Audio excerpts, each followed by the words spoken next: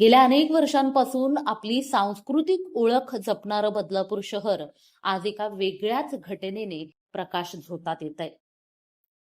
बदलापूरमध्ये 3 वर्षांपूर्वी अकस्मात मृत्यू म्हणून नोंद झालेल्या सर्पदंश प्रकरणाचा आज धक्कादायक उलगडा झालाय.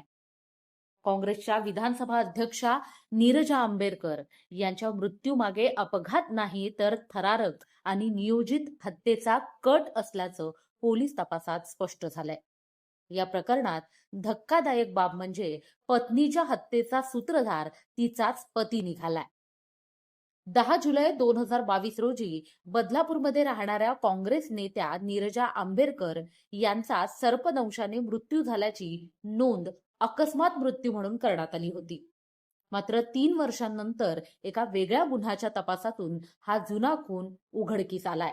2 डिसेंबर रोजी समाजसेवक संजय वानखेडे यांच्यावर झालेल्या हल्ल्याप्रकरणी अटक करण्यात आलेल्या ऋषिकेश चाळके याच्या चौकशीतून हा धक्कादायक कट समोर आलाय. पोलीस तपासानुसार नीरजा आंबेडकर यांचे पती रुपेश आंबेडकर यांनी पत्नीची हत्या करण्यासाठी सर्पमित्र चेतन दुधाणे, ऋषिकेश चाळके आणि कुणाल चौधरी यांना सुपारी दिली होती. घटनेच्या दिवशी विषारी साप प्लास्टिकच्या बरणीत आणून घरात ठेवण्यात आला. पायाची मालिश करण्याचा बहाणा करत नीरजाला हॉलमध्ये झोपवण्यात आलं आणि त्यानंतर तिच्या डाव्या पायावर 3 वेळा विषारी सर्पदंश करण्यात आला. या संपूर्ण घटनेतील आणखीन धक्कादायक बाब म्हणजे बदलापूर येथील शासकीय रुग्णालयाच्या शवविच्छेदन अहवालात सर्पदंशाचा उल्लेख नसल्याचं समोर आलंय. यामुळे शवविच्छेदन करणाऱ्या डॉक्टरांच्या भूमिकेवर देखील संशयाची छाया निर्माण झाली आहे. नीरजाच्या मृत्यूनंतर महिन्याभरातच तिच्या पतीने दुसरं लग्न केले. तेव्हाच संशय वाटला होता. मात्र असा थरारक कट रचण्यात आला असेल याची कल्पना नाही, अशी प्रतिक्रिया नीरजा आंबेडकर यांच्या मैत्रीण मनीषा आंबेडकर यांनी दिली आहे. दरम्यान नीरजा आंबेडकर यांच्या जीवन विमा पॉलिसीमधून मिळणाऱ्या आर्थिक फायद्यासाठी हा खून करण्यात आला असावा, अशी ही चर्चा शहरात सुरू आहे.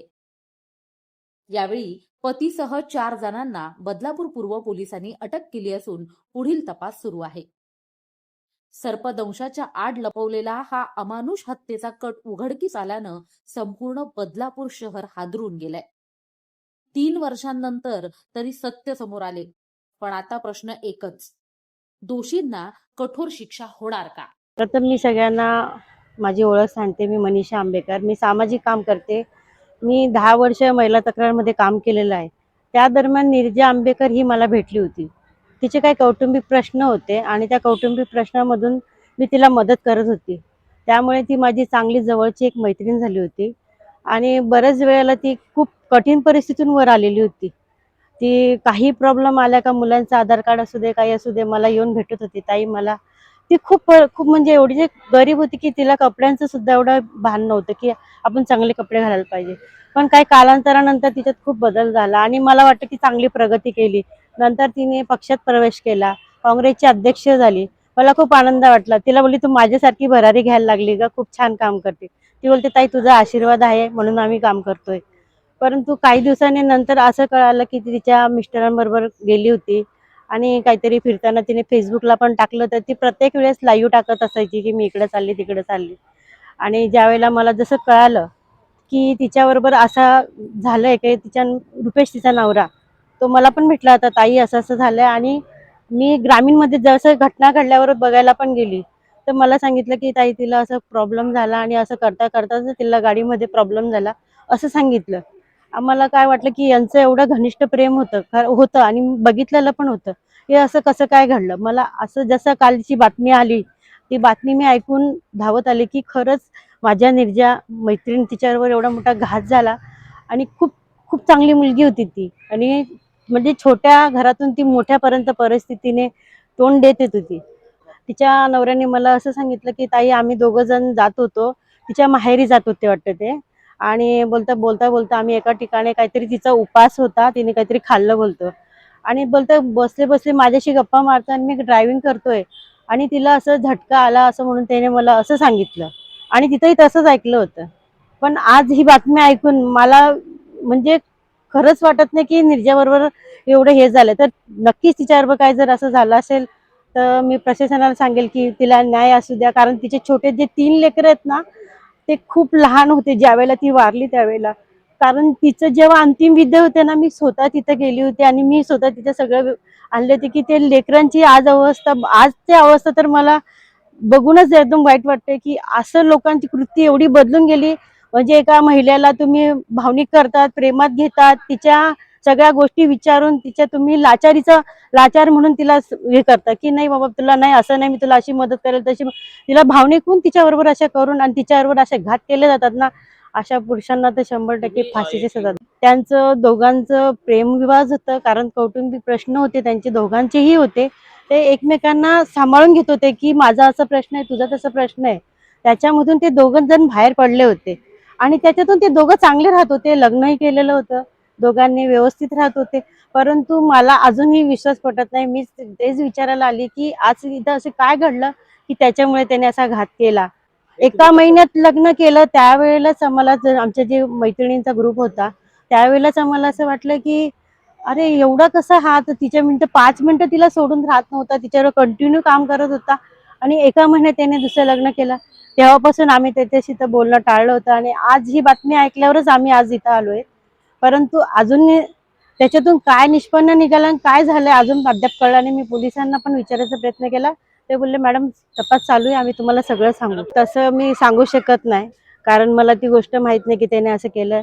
पण ती परंतु पैशासाठी खूप हे करायची की कोणाकडनं तरी मला 10,000 पाहिजे, 5,000 पाहिजे, जे ती कौटुंबिकसाठी म्हणजे प्रपंचासाठी. मुलींचे शिक्षण होते, 3 मुली होते तिला.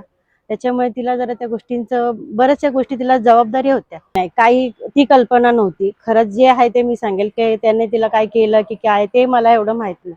पण परंतु आधीची जी परिस्थिती होती ती मी सांगते की मला जी ती कशी आली होती त्याच्यातून मी तुम्हाला सांगितलं आणि मी तिला वारंवार मदत करत राहिली. पण तिने मला रुपेशबद्दल कधीही असं सांगितलं नाही की ताई मला त्याने असा घात केला, काय केलं किंवा मारलं टोकलं हे माहित नव्हतं.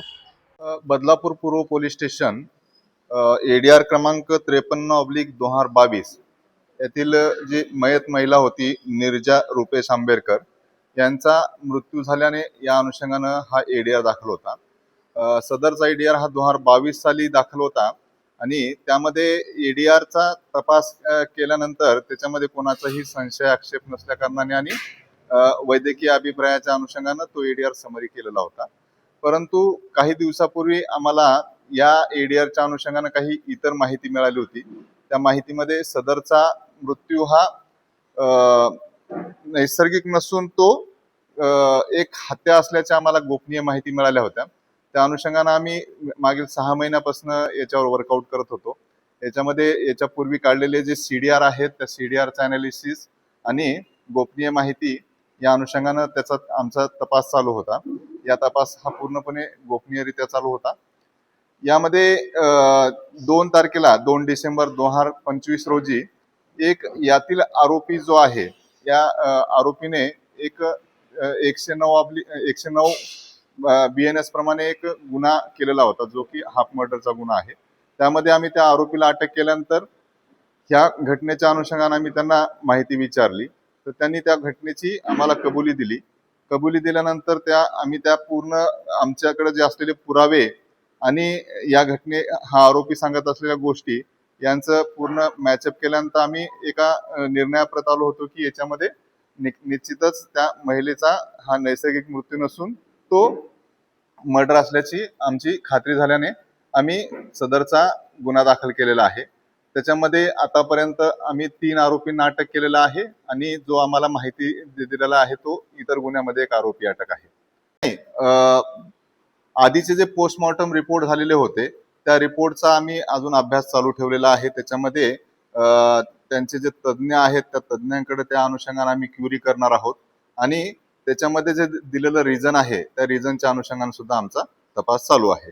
त्याच्यातील काही आरोपींवर एक दरोड्याचा एक गुन्हा दाखल आहे. काही आरोपींच्या इतर गुन्हेगारी पार्श्वभूमी आहेत त्या अनुषंगाने सुद्धा आमचा अजून पुढील तपास चालू आहे. त्याच्यामध्ये जे पुरावे आहेत त्या पुराव्याच्या अनुषंगानं निश्चितच आम्हाला हे चॅलेंज आहे. परंतु आम्ही त्या कन्क्लुजन पर्यंत पोहोचलेलो आहोत. त्यामध्ये आम्हाला भरीव पुरावा मिळालेला आहे. अजूनही त्याच्यामध्ये तपास करून एक कॉन्क्रीट तपास आमचा पूर्ण करून आम्ही मान्य न्यायालयासमोर या अनुषंगानं दोषारोपपत्र सादर करू. त्या अनुषंगानं सुद्धा आमचा तपास चालू आहे. डॉक्टरांचं सुद्धा आम्ही त्याच्यामध्ये त्यांना इन्क्वायरीला बोलवणार आहोत आणि त्यांच्याकडनं या अनुषंगानं माहिती घेणार आहोत.